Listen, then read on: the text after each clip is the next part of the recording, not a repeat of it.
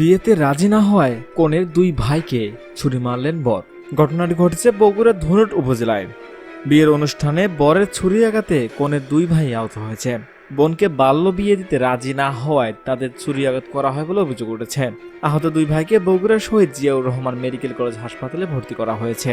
সোমবার রাত 8:30টার দিকে গোপালনগর ইউনিয়নের কালীতলা গ্রামে এ ঘটনা ঘটে। থানা পুলিশ ও স্থানীয় সূত্র থেকে জানা গেছে, উপজেলার কালীতলা গ্রামে সাইদুর রহমানের মেয়ে 6ষ্ঠ শ্রেণীর ছাত্রীকে প্রায় 2 বছর আগে বিদ্যালয়ে যাওয়ার পথে অপহরণ করেন একই এলাকার শেহলিবাড়ি গ্রামের রিয়াজ উদ্দিনের ছেলে আব্দুল মোতালেব। এ ঘটনায় স্কুল ছাত্রীর বাবা সাইদুর রহমান বাদী হয়ে আব্দুল মোতালেবের বিরুদ্ধে মামলা দায়ের করেন। বর্তমানে মামলাটি বিচারাধীন রয়েছে। এই অবস্থায় দুই পক্ষের মধ্যে সমঝোতার ভিত্তিতে নতুন করে বিয়ের দিন তারিখ ধার্য করা হয়। সেই মোতাবেক সোমবার বিকেলে আব্দুল মোতালেব সহ 25 থেকে 30 জন বরযাত্রী কনের বাড়িতে আসেন। খাওয়া দাওয়া শেষে বিয়ের নিবন্ধনের সময় দেড়মোহরের টাকা নির্ধারণ নিয়ে দুই পক্ষের মধ্যে বিরোধ দেখা দেয়। ফলে কনের ভাই জুবাইর হোসেন এবং নাহিদ হোসেন বোনকে আব্দুল মোতালেবের সঙ্গে বিয়ে দিতে অস্বীকৃতি জানায়।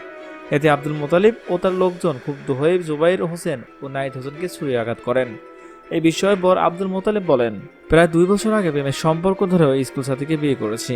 এই বিয়ে তারা মেনে নেয়নি, আমার বিরুদ্ধে মামলা করে। সোমবার দুই পক্ষে সমঝোতার মাধ্যমে লোকজন নিয়ে বিয়ের বাড়িতে যায়। এ সময় তারা নতুন করে অতিরিক্ত দেনমোহর দাবি করে। তাদের দাবি না মানায় কথা কাটাকাটি করে চলে আসি।